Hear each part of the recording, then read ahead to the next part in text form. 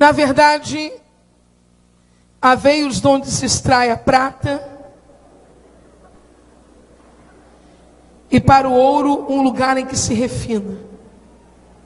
O ferro tira-se da terra, e da pedra se funde o metal. Ele põe fim às trevas, a toda a extremidade lhe esquadrinha, as pedras da escuridão e da sombra da morte. Transborda o ribeiro até o que junto dele habita, de maneira que não se pode passar a pé. Então intervém o homem e as águas se vão. A terra de onde procede o pão, embaixo é revolvida como por fogo. As suas pedras são lugar da safira e tem pós de ouro. Essa vereda a ave a ignora, a ave de rapina a ignora, e nunca a viram os olhos do falcão. Nunca pisaram as feras majestosas, nem o leão feroz passou por ela. Ele estende a sua mão contra o rochedo e revolve os montes desde as suas raízes. Dos rochedos faz sair rios, e os seus olhos descobrem todas as coisas preciosas. Os rios tapa, e nenhuma gota sai deles, e tira para a luz o que estava escondido. Você dá um amém por essa palavra? Vamos orar juntos. Coloque a sua Bíblia sobre o seu assento. Libere as suas duas mãos, se você quer e pode. Segure firme na mão desse irmão, não deixe ele escapar. Prova para ele que você está vivo, alegre e cheio do Espírito Santo nesta noite. Pai, no nome de Jesus, eu quero glorificar o teu nome, Senhor. Bendito seja o teu nome pela tua fidelidade, pela tua bondade. Ainda antes que houvesse dia, o Senhor é. Ninguém escapa das tuas mãos e operando, Senhor. Quem impedirá? Aqui está a tua palavra que foi lida, Senhor. Fale, não te cales nesta noite. E glorifica o teu nome no meio da tua igreja. Nós oramos crendo no nome santo de Jesus. Amém e amém. Você pode se assentar dizendo um glória a Deus. Meu querido, só um pouquinho mais de retorno, por favor. Glória a Jesus. Aleluias. Amém. Está ótimo. Queridos, o texto que nós acabamos de ler é um texto que está contido no livro de Jó. Jó, ele está em um momento bastante difícil da sua vida, mas em meio a um momento bastante difícil, Jó revela uma mente extremamente brilhante. Jó, em um momento extremamente complicado, difícil, revela uma mente produtiva, uma mente capaz de discursar, de escrever, de poetizar de forma muito profunda sobre algumas questões. Jó está passando por um momento muito complicado, mas Jó se revela uma pessoa multicultural. Pessoas multiculturais costumam ser pessoas extremamente interessantes. No Brasil nós temos algumas pessoas multiculturais, pessoas que se assentam e conversam com uma certa tranquilidade sobre diversos temas. E isso é algo que sempre me chamou a atenção. Jó é multicultural. Jó fala de filosofia, teologia, agronomia. Jó conhece bastante, pelo que a gente percebe, da biologia, da anatomia, e daí por diante, durante todos os seus escritos, a gente vai perceber uma facilidade em lidar com temas diferentes de uma maneira brilhante. Como eu já disse, isso não é um atributo só de Jó. No Brasil a gente tem algumas pessoas, inclusive apresentadores de TV, que possuem essa habilidade. Mas, no caso de Jó, o que vai nos chamar a atenção é que Jó não está produzindo essas coisas assentado em uma cadeira confortável num escritório com ar-condicionado. Jó não está produzindo essas coisas assentado diante de uma paisagem na beira da praia com um papel ou com um iPad à mão. Jó não está produzindo essas coisas acampado ao pé de uma montanha, deitado em uma rede. Jó está em um lugar desagradável diante dele toda a destruição econômica e familiar vivida nos últimos dias, com o corpo coberto de chagas, com um caco de telha na mão se coçando, e ouvindo pelo menos 4 a 5 pessoas, se contarmos com a sua mulher, falando coisas improváveis para o momento que ele está vivendo. Ora, ser multicultural e produzir boas coisas em dias comuns é coisa de gente, mas produzir coisas incomuns em dias de crise é coisa de crente. Jó é crente. Jó consegue produzir no vendaval. Jó consegue produzir no furacão. Jó consegue produzir com o corpo dolorido, coçando, perdendo sangue. Jó consegue produzir com a última cena do caixão dos seus filhos enfileirados. Jó consegue produzir com uma esposa que não está conseguindo entender a complexidade do que ele está vivendo e diz: amaldiçoa o teu Deus, e morre. Aí eu vou ter que lembrar do compositor da harpa cristã. A harpa não é Bíblia, embora minha avó diga que foi inspirada pelo Espírito Santo, mas eu tento corrigir, não tem jeito, ela colocou na cabeça e não vai sair mais com 78 anos. Mas tem uma canção interessante que diz: os mais belos hinos e poesias foram escritos em tribulação. Isso é verdade. É só olhar para a vida de Jó. E aí Jó, em meio às idas e vindas, discussões, debates, reflexões, poesias, Jó vai começar a conversar com seus amigos sobre sabedoria. E quando ele começa a conversar com seus amigos sobre sabedoria, para fundamentar as suas explicações sobre sabedoria, Jó vai traçar no capítulo 28 do seu livro, do versículo de número 1 ao versículo de número 11, uma parábola. E essa parábola vai contar a história do mineiro na busca pelo ouro. Eu gostaria que você repetisse após mim só esta palavra: ouro. Ouro na Bíblia é uma unidade de valor poderosa. Ouro na Bíblia é uma unidade de valor que aponta para coisas de muito valor. Ouro na Bíblia fala de coisas extremamente preciosas. Provérbios capítulo 25, versículo 11, tem um versículo que eu gosto muito.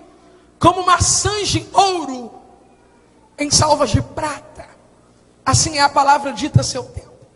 A Bíblia está dizendo que quando você sabe o que falar e quando falar, a sabedoria de usar a palavra no tempo certo é tão valiosa que se compara ao ouro. O sábio repreensor do capítulo 25 de Provérbios, versículo 12, também é comparado ao ouro. Então a Bíblia diz que coisas muito valiosas podem se assemelhar ao ouro. E aí quando nós chegamos no capítulo de número 12 do Evangelho segundo escreveu Mateus, no versículo de número 12, Jesus diz que um homem vale mais do que uma ovelha. Em Mateus capítulo 10, versículo 31, Jesus diz que nós valemos mais do que muitos pássaros. Jesus também disse que uma alma vale mais do que o mundo inteiro. Então quando nós pegamos o ouro como uma unidade de valor poderosa na Bíblia, todas as vezes que a Bíblia quer falar de uma coisa muito importante, diz que essa coisa é tão valiosa quanto o ouro. E Jesus vai afirmar que o homem vale mais do que o mundo inteiro. Então seria lógico nós dizermos que, me ajude, olhe para alguém, diga-o: você vale ouro. Quem tem um amém para dizer por isso? Você vale ouro. Eu sei que a sua humildade deu um salto agora e gritou ao seu consciente, dizendo: não, eu não tenho valor de ouro, eu não sou um vaso de ouro, eu sou barro. Mande a sua humildade se aquietar e voltar para o banquinho onde ela estava sentada, porque eu não disse que você é um vaso de ouro, eu estou afirmando que você é o único vaso de barro que tem valor de ouro. O profeta Jeremias está profetizando um momento difícil para Israel. Ele está falando de um momento de crise intensa espiritual, política, econômica. Lamentações de Jeremias, capítulo 4, versículo de número 1 e 2. Ele diz assim: como se escureceu o ouro, como se mudou o ouro fino e bom, como estão espalhadas as pedras do santuário ao canto de todas as ruas. E então ele denuncia os preciosos filhos de Sião, comparáveis a puro ouro, como são agora reputados como vasos de barro, obra das mãos do oleiro. Jeremias está dizendo que quando acontece a desvalorização do indivíduo por causa da idolatria, da apostasia e do pecado, aquele que antes era reputado como ouro, agora passa a ser reputado como barro. Logo, nenhum ser humano tem valor de barro. Barro na essência, barro na dependência, barro na humildade, barro na fragilidade, barro na escassez, barro na substância, barro na formação. Mas quando Deus olha para você, Ele diz: para mim vale ouro. Aí Jó resolve falar de quê? Do ouro. Já no versículo 2 ele diz: o ferro tira-se da terra, e da pedra se funde o metal. Jó está usando uma linguagem poética, elementos presentes naquela cultura, ausentes na nossa. Para tanto, nós vamos precisar contextualizar. Quando Jó diz: o ferro tira-se da terra e da pedra se funde o metal, Jó está dizendo que essa coisa de pedra preciosa é um pouco mais complexa do que os outros elementos. O que Jó está dizendo é que quando você quer uma banana, você vai na bananeira e arranca e pronto. Quando você quer uma maçã, você vai até a macieira, arranca e pronto. Quando você quer uma manga, você vai até a mangueira, colhe e pronto. Mas que quando se fala de pedras preciosas, de ouro, não é bem assim. Não dá para chegar numa árvore e pegar um pedaço de ouro. Não dá para chegar em uma árvore e arrancar uma pepita de ouro. Jó está dizendo que quando é ouro, quando é metal, quando são pedras preciosas, você vai ter que retirar do fundo da terra. Jó está dizendo que não é tão fácil como adquirir os outros materiais presentes na natureza. O que Jó está dizendo é isto. Olhe para esse irmão que está ao seu lado, não diga nada, só veja como ele está bonito. Viu? Volta para mim então. A gente está tão acostumado com essa cena. A gente chega no culto de domingo, senta e tem um bonito do nosso lado. A gente chega no culto de terça, senta, tem um bonito do nosso lado. A gente chega no culto de quinta, senta, tem um lavado pelo sangue do Cordeiro do nosso lado. A gente chega no domingo e senta na escola dominical, tem um crente cheio de Deus do nosso lado. E a gente está tão acostumado com essa cena que a gente acaba pensando que foi fácil para ele chegar aqui. Mas Jó está dizendo que para extrair o ouro não é tão fácil assim.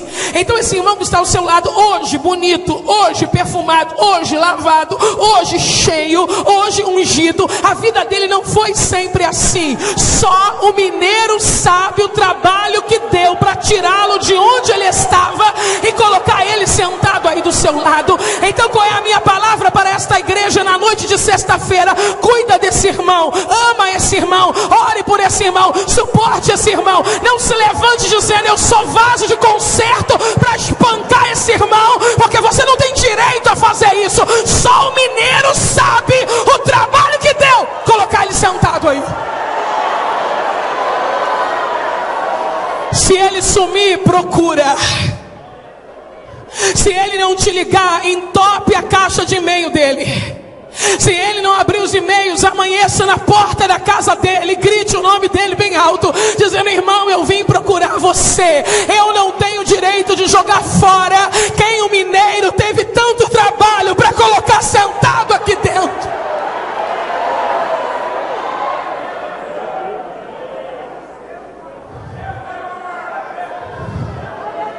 Can't we hear? Põe fim às trevas e seus olhos veem o que é mais precioso. O que é que Jó está falando? Jó está falando o seguinte: que o mineiro olha para um buraco, um poço escuro. Ele olha lá dentro e ele diz assim: além dessas trevas, tem algo precioso lá dentro. Aí alguém chega e diz: Estou vendo nada aí. Só estou vendo trevas. Aí o mineiro diz, não, mas eu estou vendo que tem algo precioso ali no fundo. Aí alguém diz, não, desista dessa empreitada, desista dessa viagem, você vai se jogar num poço. Vou. Por quê? Porque tem algo precioso ali dentro, eu estou vendo. Aí outras pessoas que não são mineiros vão olhar também e vão dizer, eu não vejo nada. Mas o mineiro vai dizer, eu estou vendo ouro ali. Ele é capaz de ver o que ninguém vê. Olharam para você e disseram, só há trevas ali. Ele olhou e disse, há ouro ali, porque ele vê o que ninguém vê. Olham para os campos não alcançados e dizem, só há trevas ali, idolatria ali, promiscuidade ali, corrupção ali, lascívia ali, incesto ali. Mas ele olha e diz, ei, há pedras preciosas ali. Alguém olha e diz, só há barro ali, só há lama ali, só há crack ali, só há tráfico ali. Ele olha e diz, há ouro ali. Eu sei que há ouro ali. Ele vê o que ninguém vê. Eu olho para Esther e vejo uma órfã judia. Ele olha para Esther e vê uma poderosa rainha. Eu olho para Abraão e vejo um velho sem filhos. Ele olha para Abraão e vê pai de nações. Eu olho para Moisés e vejo um assassino fugitivo. Ele olha para Moisés e vê o grande líder da nação de Israel. Oh, eu olho para Pedro e vejo um discípulo medroso. Ele olha para Pedro e vê um pregador animado. Eu olho para Davi e vejo um adúltero e um homicida. Ele olha para Davi e vê um homem segundo o coração dele. Eu olho para Sara e vejo uma velha estéril. Ele olha para Sara e vê mãe de nações. Oh, ele é capaz de ver o que ninguém vê. Eu olho para Ruth e vejo uma viúva rejeitada. Ele olha para Ruth e vê a ancestral do cordeiro. Oh, eu olho para José e vejo um prisioneiro esquecido. Ele olha para José e vê o governador do Egito.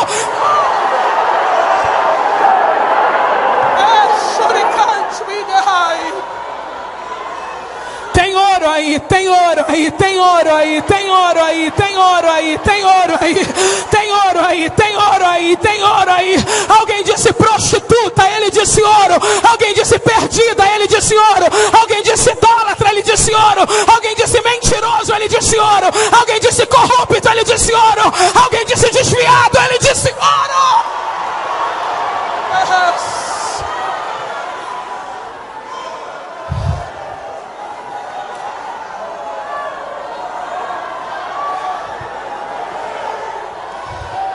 Abre estradas para as minas, longe dos transeuntes. Dependurados oscilam de um lado para o outro. Então o mineiro diz, tem ouro ali? Alguém diz, não tem ouro ali. Ele insiste e diz, eu estou vendo ouro ali. Então ele abre uma estrada. Só que não é uma estrada assim. É uma estrada assim.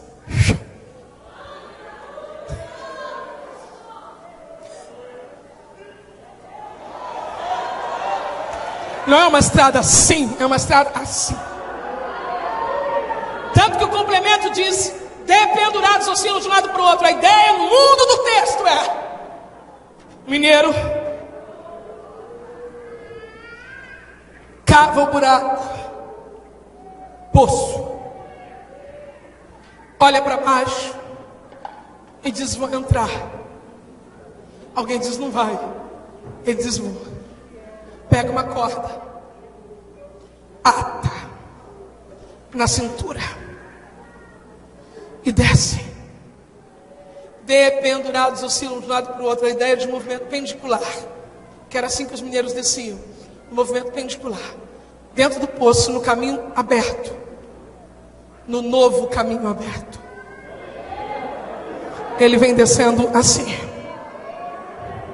Ele está em terra firme, não tem necessidade nenhuma de cair no poço, de se jogar no poço, de descer no poço, mas a certeza de que aquilo que é escuridão, não é só escuridão, mas também é ouro de valor, motiva-o a sair de um lugar plano, motiva-o a sair de um lugar seguro, motiva-o a descer por um lugar escuro e vir como num movimento pendicular. E na medida em que o mineiro vai descendo no movimento pendicular, ele vai roçando os braços no poço, ele vai rasgando as roupas, ele vai ferindo os braços, ele vai lanhando o corpo, mas ele está decidido: eu vou descer porque tem algo precioso lá embaixo. Eu estou pregando para uma igreja viva, eu estou pregando para uma igreja cristocêntrica, eu estou pregando para uma igreja que lê a Bíblia. Vocês não têm dificuldade nenhuma em fazerem sozinhos a exegese desse texto. Eu estou falando que o mineiro chegou na beira do poço, eu estou falando que ele poderia voltar, mas não voltou. Eu estou falando que ele olhou e viu que tinha ouro. Eu estou falando que ele desceu do lugar que estava para vir para o fundo do poço.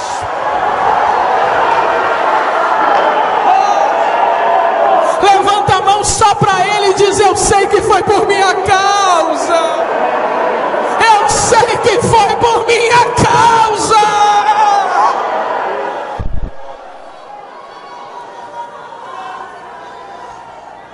Aonde não vamos? Aonde não podemos ir? Aonde é longe demais para nós? Aonde é pobre demais para nós? Aonde é inconfortável demais para nós? Se Deus se fez carne e desceu no fundo do poço, por que que eu tenho que perguntar se tem lençóis brancos? Por que eu tenho que perguntar se tem água gelada? Por que eu tenho que perguntar se tem estacionamento para o meu carro? Por que que eu tenho que perguntar se tem tráfico na comunidade? Larga de ser bobo, crente. Se ele desceu, a igreja tem que descer também.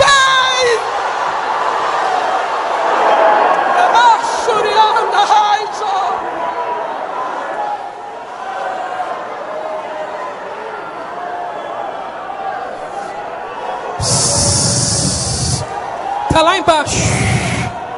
Está lá embaixo trabalhando, desceu. Está lá embaixo trabalhando, desceu. Está lá embaixo trabalhando, desceu. Deixa eu mudar. Está aqui embaixo trabalhando, desceu. Está aqui embaixo trabalhando. Aí de repente, Jó diz assim: a terra de onde procede o pão, embaixo é revolvida como por fogo. O que Jó está dizendo é o seguinte: quem passa pelo lugar onde o mineiro está trabalhando tem embaixo. Diga: o mineiro está trabalhando embaixo. O que Jó está dizendo é que quem passa por cima do lugar onde o mineiro está trabalhando subterraneamente não vê nada demais acontecendo. Quando Jó diz que da terra procede o pão, Jó está dizendo que o que se vê sobre a terra é o seu movimento natural. O que é natural à terra? Que ela dê a sua semente, que ela dê o seu fruto. A terra produz por causa das semeaduras que fazemos voluntárias e por causa das semeaduras involuntárias, naturais. É certo que você vai andando por cima da terra e você vê brotinhos, você vê capim, você vê árvores. Jó está dizendo que enquanto o mineiro está trabalhando lá embaixo, quem passa por cima vê tudo igual. Quem passa por cima vê tudo normal. Quem passa por cima nem acredita o que está acontecendo lá embaixo. Quem passa por cima diz: mudou alguma coisa por aqui? Nada. Passei aqui ano passado, estava assim, estou passando esse ano, está assim, ano que vem vai estar assim de novo. O que as pessoas não sabem é que embora em cima esteja tudo quietinho, embora tenha uma mão trabalhando lá embaixo. E essa mão que está trabalhando lá embaixo, Jó utiliza a seguinte expressão: está revolvendo a terra como por fogo. A palavra aqui é revolvida. Na língua portuguesa, na língua portuguesa, você vai encontrar a palavra revolvida repetidas vezes no texto sagrado. Mas se você quiser utilizar pela língua bíblica, se você quiser utilizar na palavrinha no hebraico que está aqui, só vai haver um outro texto na Bíblia que é um para este, que é onde a palavra aparece na mesma disposição. Eu estou falando do que o Senhor disse em Deuteronômio capítulo 23, versículo 5. Porém, o Senhor teu Deus não quis ouvir Balaão. Antes o Senhor teu Deus trocou, diga trocou, em bênção a maldição, porquanto teu Deus te amava. Essa palavrinha trocou e a palavra revolveu de Jó capítulo 28 são as mesmas palavras. É a mesma palavra. E não se repete igual em nenhuma outra parte do texto. Ora, Jó está dizendo que lá embaixo a terra é revolvida. Moisés está relembrando, Deuteronômio capítulo 23, que houve um dia em que contrataram alguém para amaldiçoar o povo de Deus, mas que não teve jeito. Cada palavra que era liberada, Deus vinha e trocava. Deus vinha e revolvia em bênção aquela maldição. Se você conseguir entender o que Deus está fazendo, você não vai orar para Deus calar nenhum adversário seu. Se você entender o que Deus está fazendo, você não vai orar para Deus matar ninguém que esteja lhe caluniando. Se você entender o que Deus está fazendo, você nunca mais vai dizer: Deus, fecha a boca de quem me persegue. Pelo contrário, todas as vezes que alguém abrir a boca contra você, você já vai sentir um frio na barriga, a respiração vai começar a ofegar, e você vai dizer: tem coisa boa chegando para mim. Você precisa entender que todas as vezes que alguém levanta a voz para te amaldiçoar, a mão do mineiro revolve, a mão do mineiro revolve, a mão do mineiro revolve, a mão do mineiro revolve. Quanto mais falam da igreja, dos pastores, da obra missionária, dos pregadores e dos cantores, olha para a vida dessa gente que está andando com Deus. Deus está pegando a maldição e virando, pegando a maldição. Simei acorda de manhã, não tem nada para fazer. Tem gente que acorda de manhã, não tem nada para fazer. Aí ele abre a janela e pensa: vou perturbar um ungido hoje. Assim, de manhã, nada para fazer, vou perturbar um ungido hoje. Davi estava vivendo um momento difícil, havia sido traído por seu filho Absalão. Estava passando pelo caminho das oliveiras com os pés descalços, com a mão na cabeça, chorando, gritando.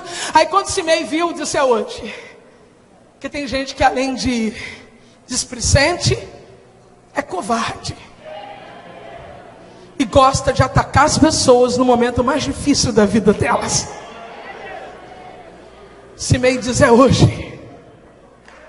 Não sabia nem o que estava acontecendo, mas como não tinha nada para fazer, pegou uma pedra e começou a atacar pedra e poeira. A pedra feria, mas a poeira era um nível maior de humilhação, porque lançar poeira sobre alguém era dizer-lhe desprezo. Davi estava vivendo apenas um capítulo da sua história, e Simei queria comentar o livro da história de Davi. Ninguém tem direito de falar de um livro se só conhece um capítulo. Eu tenho tido a alegria de ler alguns livros e gostaria de conversar com qualquer pessoa sobre eles, mas desde que seja um livro que eu tenha lido completo. Eu não posso ler um capítulo de um livro e ousar fazer uma resenha sobre ele. E tem gente abrindo a boca para falar de pessoas das quais só conhece um capítulo do livro. Simei, que só conhece aquele capítulo, pega a areia, começa a jogar sobre Davi e ele grita: homem de sangue, homem de Belial, o Senhor está te dando a paga, segundo Samuel 16, de tudo que tu fizestes à casa de Saul.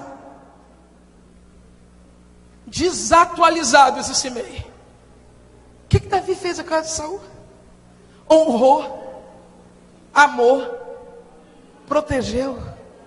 Aí os homens de Davi estressados, que já estavam fugindo de Absalão, atravessando pelos montes, olhou para Davi: Davi, nós não podemos deixar que esse cão morto te amaldiçoe. Davi olhou e disse: deixa que ele me amaldiçoe. Preste atenção, eu acho que Davi conhecia esse negócio do mineiro. Deixa que ele me amaldiçoe, porque foi o Senhor quem disse: amaldiçoa a Davi. Talvez as pessoas não tivessem entendido. Acho que Davi está com tanta luta que está variando. Aí Davi continua andando, chorando, e o camarada continua jogando pedra, jogando areia. Aí alguém diz: nós vamos arrancar a cabeça dele. Davi disse: não, deixa que ele me amaldiçoe. Quem sabe, gente, quem sabe Deus não verá isso e me dará hoje uma grande bênção. Levante sua mão, só crentes espirituais. Os naturais não precisam. Levante sua mão e diga: Deus, eu te louvo por todos os meus perseguidores. Eu sei que vem aí uma grande bênção.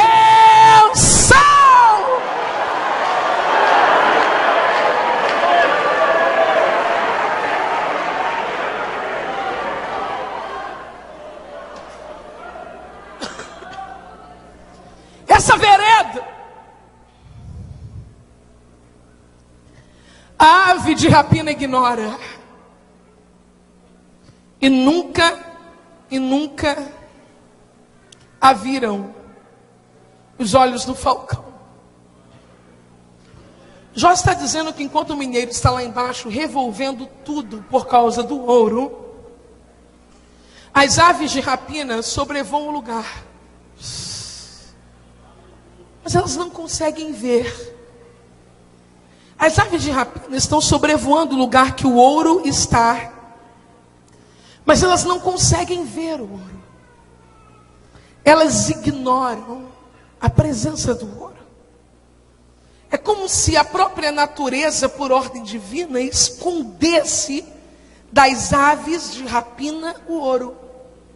Elas chegam pertinho, elas passam de um lado para o outro, mas não conseguem ver o ouro ali. Você acha estranho que de repente você pare o seu carro do lado de alguém conhecido e ele não lhe veja? Você acha estranho que passem pelo mercado, batem no seu carrinho e não vejam você? Você acha estranho que gente que há muito tempo mora na mesma rua que você mora nunca tenha olhado nos seus olhos? Você acha estranho que você, com certa idade, nunca tenha despertado a atenção de alguém para namorar e nem casar com você? Será que você não percebe que muitas das vezes Deus nos esconde das aves de rapina? Deus nos esconde daqueles que só querem nos roubar, daqueles que só querem tirar o que temos de proveitoso para depois jogar o resto fora. Deus está nos fazendo invisíveis àqueles que não nos merecem. Eu vou repetir para quem não conseguiu entender: quem não te merece não te enxerga, quem não te merece não te encontra. E daqui a alguns anos você vai dar graças a Deus pela porta que não abriu, por quem não te amou, por quem saiu da sua vida, por quem nunca acreditou no seu ministério. Era só Deus fazendo assim, dizendo: a ave de rapina não encontra ouro de Deus. Líder, um liderado que não lhe merece, não lhe encontra, vai sair do seu caminho. Cantor, não são só os que estão no púlpito, na tribuna, que não estão aí. Para de chorar por quem não quer ouvir sua música, por quem não acredita no seu ministério e não quis gravar o seu CD. Deus está escondendo você de quem só quer roubar aquilo que é precioso. Moça, para de querer aparecer. Vai para aquela praça e fica andando de um lado para o outro. Hoje eu vou encontrar alguém. Não vai. Você pode ir vestida de colorido da cabeça aos pés. Deus colocou uma marca em você e só vai te enxergar quem te merece. A ave de rapina não encontra ouro de Deus.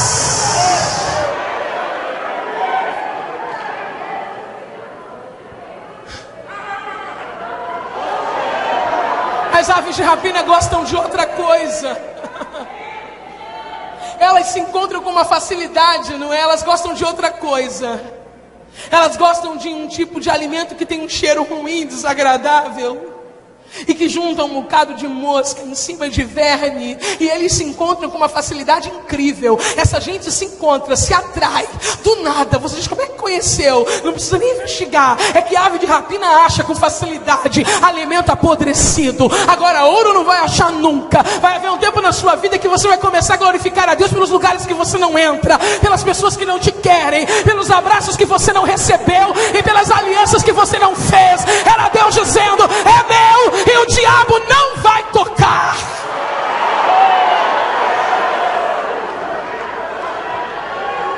Jó diz que não são apenas as aves de rapina que não encontram. Jó diz que os leões e as feras também não encontram. Versículo 8 diz, nunca pisaram os animais altivos nem ferozes, leão passou por aí, nunca.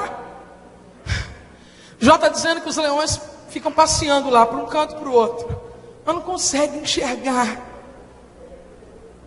o poço onde o mineiro está trabalhando. Os leões ficam lá, passando de um canto para o outro, mas nem suspeita que lá embaixo tem alguma coisa valiosa, porque Deus nos esconde dos animais ferozes. O Senhor é a minha luz e a minha salvação. A quem temerei? O Senhor é a força da minha vida, de quem me recearei? Quando os malvados, meus adversários, meus inimigos investiram contra mim para comerem as minhas carnes, tropeçaram e caíram. Ainda que o exército me cercasse, o meu coração não temeria. Ainda que a guerra se levantasse contra mim, nele eu confiaria. Uma coisa pedi ao Senhor e a buscarei, que possa habitar na casa do Senhor todos os dias da minha vida, para aprender, aleluia, e contemplar a formosura do Senhor no seu santo templo, porque no dia da adversidade Ele me esconderá no seu pavilhão. Leão passa por cima, leão pula para o lado, mas não consegue te achar, porque você está escondido no pavilhão de Deus. Deus é o nosso refúgio e fortaleza, socorro bem presente na angústia.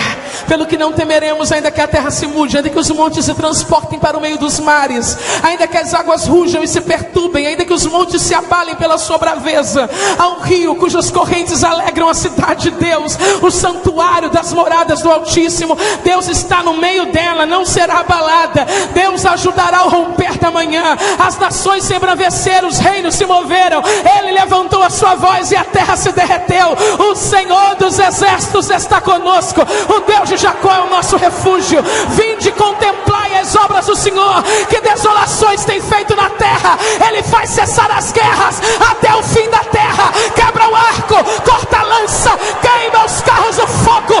Aquietai-vos e sabei que eu sou Deus. Serei exaltado entre as nações, serei exaltado sobre a terra.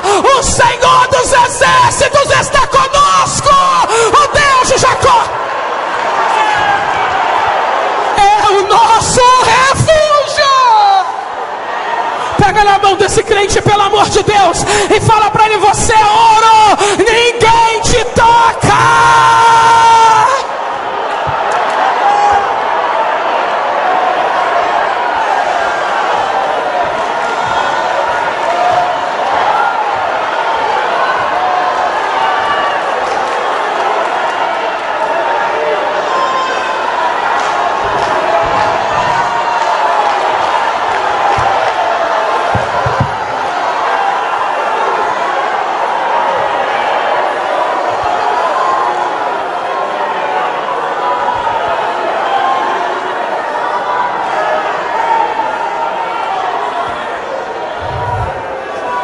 Ele está lá embaixo, quietinho, trabalhando.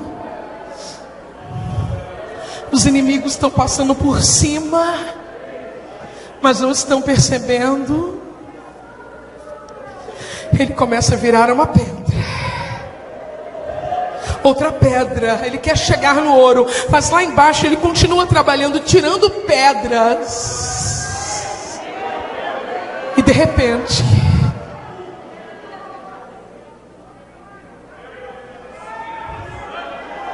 repente, uma inundação. Jó está prevendo que do nada, enquanto o mineiro está trabalhando, vem uma inundação. Jó conhece as técnicas daquele tempo, obviamente não estou falando da extração hoje. E Jó sabe que enquanto as pedras estão sendo removidas, o grande perigo é que um rio pode passar. Sem querer, enquanto o mineiro está rolando as pedras, ele abre a boca de um rio, a passagem de um rio. O rio estava passando bem ali atrás e ele vira. E de repente...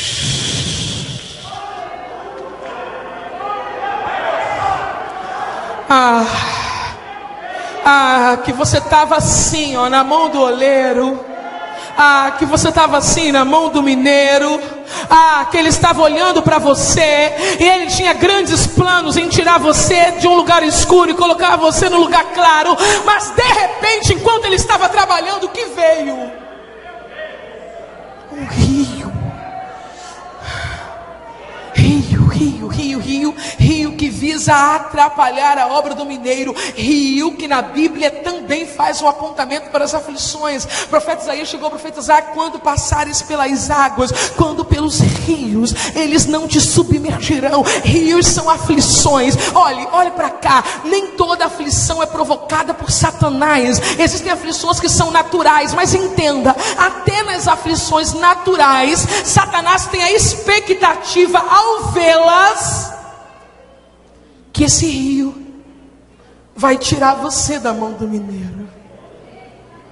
Esse luto que você está vivendo não foi promovido por Satanás, é uma aflição da vida. Mas quando você entrou nesse processo de luto e desceu a cova alguém que você amava, Satanás disse: esse rio,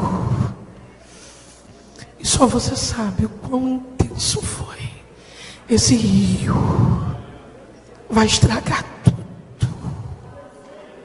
Sabe aquela traição, aquela decepção, aquela punhalada no teu peito? Aquilo não foi diabo, não. Aquilo foi gente sem caráter. Gente sem caráter. Mas quando o diabo viu, ele disse: ixi, o rio agora vai estragar tudo. Esse câncer não foi o diabo, não. Aquele que é de Deus, o maligno não toca. Você está passando por uma aflição, mas quando o médico olhou para você e disse: é câncer, Satanás disse: esse rio agora vai estragar tudo. Não sabe, não conhece esse Deus. Se conhecesse, não teria se rebeliado contra ele. Diga tudo para mim que Satanás conhece a Bíblia, conhece as línguas, conhece os crentes. Só não me diga que ele conhece a Deus ele não conhece. Se conhecesse, não se rebeliaria contra ele. A Bíblia diz, versículo 11: os rios tapam e nenhuma gota sai deles. Eu fui estudar esta palavra tapa na língua bíblica, encontrei algumas coisas: tapa, governa, tapa, segura. Então eu ouvi tapa, enrola. Como boa pentecostal, gostei disso, enrola. A ideia de alguém que pega o rio e dá um nó no rio e diz para o rio: até aqui você veio, mas não vai dar nenhum passo à frente, porque você não vai estragar o que eu estou fazendo. No dia do seu desemprego, Satanás disse: esse rio vai acabar com ele. Mas à noite você estava aqui dizendo: ainda que a figueira não floresça, o produto da oliveira minta, as ovelhas da malhada sejam arrebatadas, os currais não hajam vacas, todavia eu me alegrarei no Senhor e exultarei no Deus da minha salvação. Quando você colocou quem você amava naquela cova fria, Satanás disse: agora eu acabei com ele. Mas você olhou para o céu e disse: Senhor deu, o Senhor tirou, bendito seja o nome do Senhor. Quando Satanás viu aquele diagnóstico médico, disse: agora eu acabei com ele. Mas você pegou o exame, fechou, colocou debaixo do braço, olhou para o céu e disse: ainda que ele me mate, nele eu esperarei.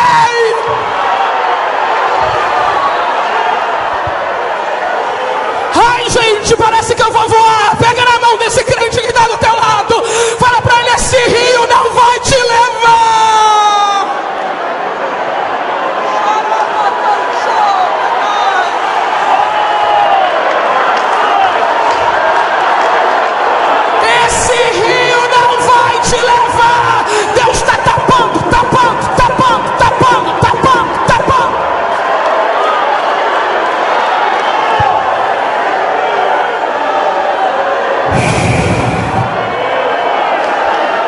Tapou. Tapou. Tapou. Acabou. Venceu. Ufa. Quase. Quase. Quase. Ufa. Quase. Quase. Você quase turbou. Quase. Quase duvidou. Quase. Quase parou. Quase. Está aqui. Porque ele tapou.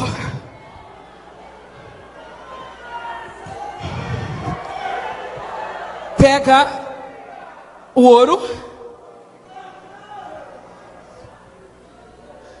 Olha para cima. Vou subir com ouro. Agarra na corda. Começa a subir. Subir. Subir. Tira para a luz que estava escondido. Nem adianta falar. Eu não gosto de aparecer. Tem jeito não. Depois desse trabalhão que você deu para o mineiro, vai ter que vir para a luz. Aí depois alguém vai até te acusar. Ela quer aparecer. Não, não. Está enganada. Eu estava lá embaixo, escondida, no meio do barro, quase que o rio me carrega. Ele me segurou na mão. E quem está abrindo a mão no sol para mostrar o que ele fez é ele.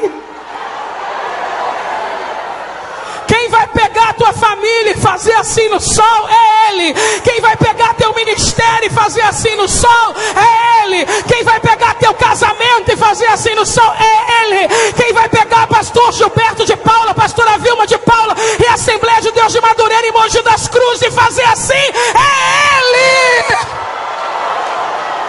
É ele. Respeite o trabalho do mineiro. Deixuricanarai. Não tem ninguém querendo aparecer aqui não. Respeite o trabalho do mineiro. Olha como canta. Olha como prega. Olha como anda. Olha como recolhe oferta. Olha como ele fala. Olha só, todozinho. Feche tua boca, hein?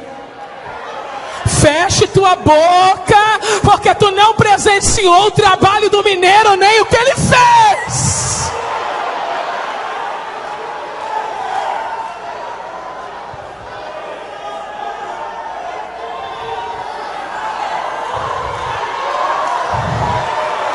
Estava no crack, ó, mas agora está aqui. Estava na prostituição, ó, agora está aqui. Estava numa religião enganadora, mas agora está aqui, está aqui, está aqui. Estava no adultério, ó, mas agora está aqui. Estava na bruxaria, mas agora está aqui, está aqui, está aqui. Estava no presídio, mas agora está aqui. Ai! Fica de pé.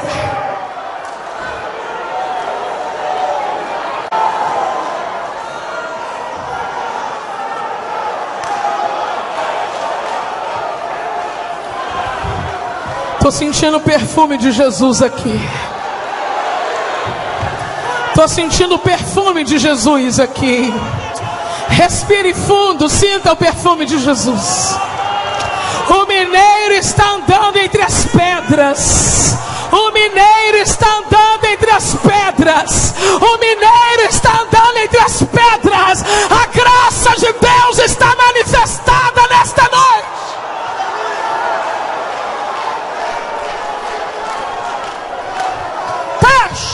Epa, pacachá, pacachê, parra, te parra, bachê, canai, te pachá, rabachu, reparrai, te que tu repai.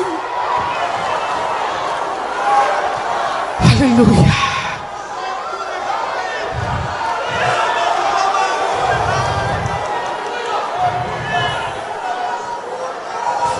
Eu pulei o versículo 1. Tem alguém no teclado aí? Não? Então outra coisa de crente aí, mas de crente, bom. Eu pulei o versículo primeiro. Vocês nem perceberam, vocês são muito crentes, estava todo mundo ligado. Pulei o versículo primeiro. Versículo primeiro, o Espírito Santo me falou desde que me deu essa mensagem. Tem que ser por último. Na verdade, a prata tem suas minas e o ouro que se refina tem o seu lugar. É o primeiro versículo. Na verdade, a prata tem suas minas e o ouro que se refina tem o seu lugar. Na verdade, a prata tem suas minas e o ouro que se refina tem o seu lugar. Um dia eu ouvi uma frase que eu não sei se é comum, se é um ditado, só eu ouvi. Mas alguém disse assim: ouro no meio do lixo também é ouro. É comum essa frase, mas gente já ouviu? Eu fiquei ouvindo, e depois quando eu li esse texto, voltou ao meu coração. Eu achei interessante. Ouro no meio do lixo também é ouro. É verdade isso? É. Mas tem sentido ouro ficar no meio do lixo? Perde o valor? Não. Mas não é o lugar dele. A prata tem suas minas e o ouro que se refina tem o seu lugar. Não é um quarto escuro, mergulhado na depressão. Não é uma esquina com um fuzil na mão. Não é num sofá rasgado, cheio de crack na cabeça, no meio da rua. Não é na frente de um prostíbulo, atendendo 5, 6 homens numa noite. Quando não, muito mais. Não é num cantinho de igreja, olhando para o que está acontecendo e pensando: um dia eu fui também, um dia eu fiz também. Parado, cheio de poeira. Tem um lugar para o ouro. Que lugar é esse, Helena Raquel? Um lugar onde ele vai ser clarificado, purificado, derretido, derramado, e então vai tomar a forma que o dono quer dar a ele.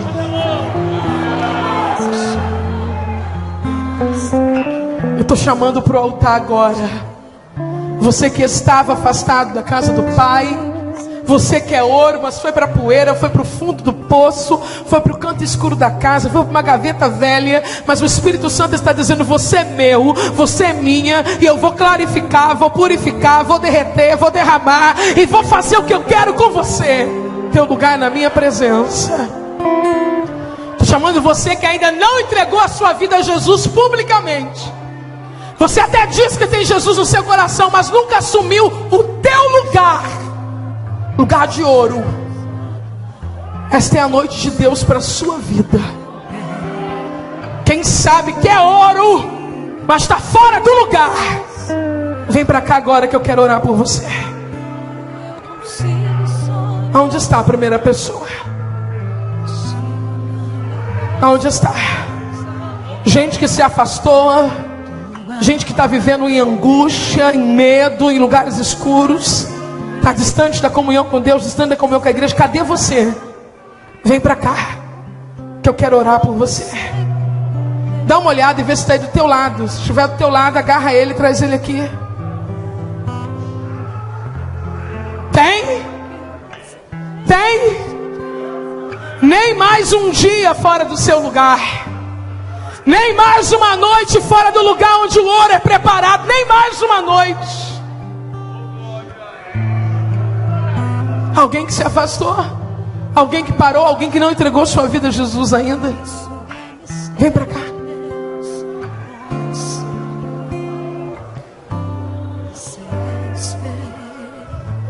Diga: eu tenho.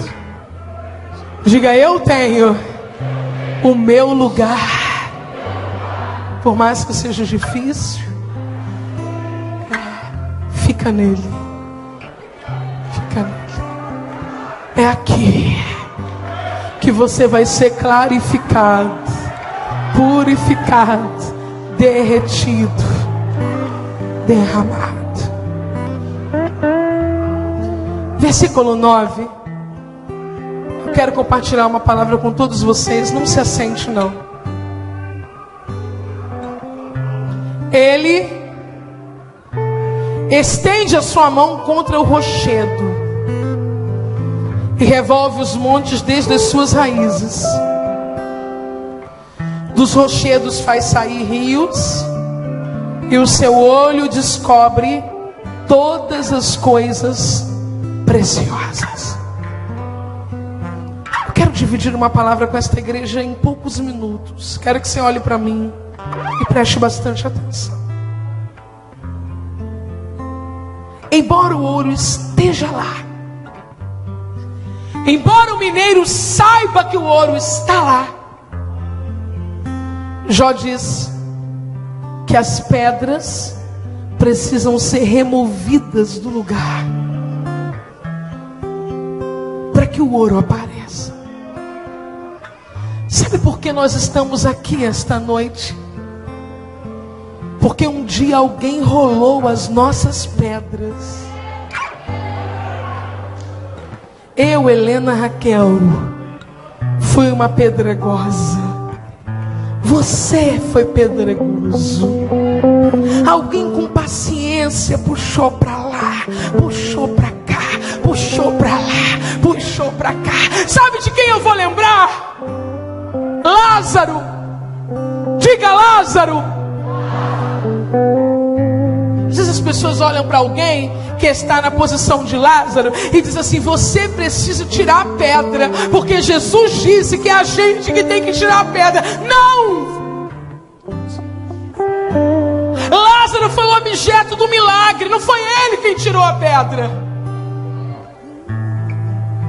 Alguém rolou a pedra para que Lázaro voltasse à vida, para que o ouro saísse de trás dos pedregais.